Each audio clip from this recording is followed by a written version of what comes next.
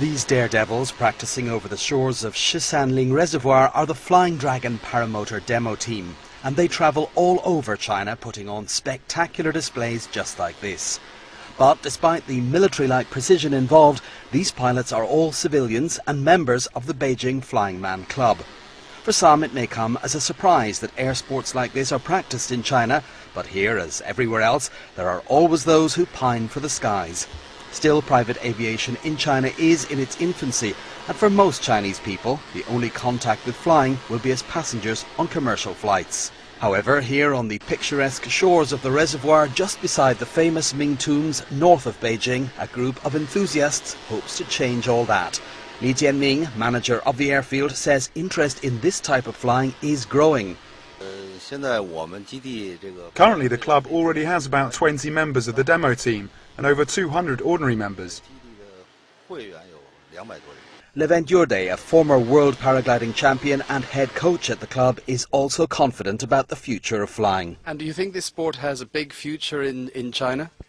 My idea have, still we need time, but we'll have. Here, would-be pilots can try their hand at everything from paragliding silently off a mountainside to flying a sophisticated powered ultralight aircraft like this at speeds of over 100 miles per hour.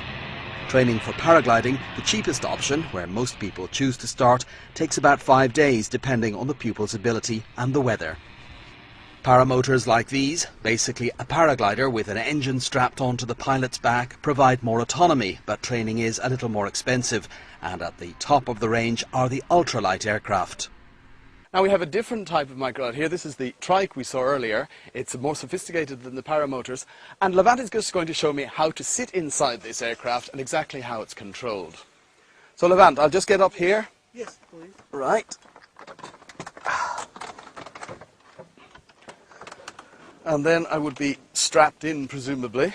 Yes, exactly like right. This. Here at Shisanling, flying is limited to a 1.5 mile radius from the centre of the field and up to a height of about 2,000 feet. However, according to Levent, this is not a problem and relations with the authorities are good.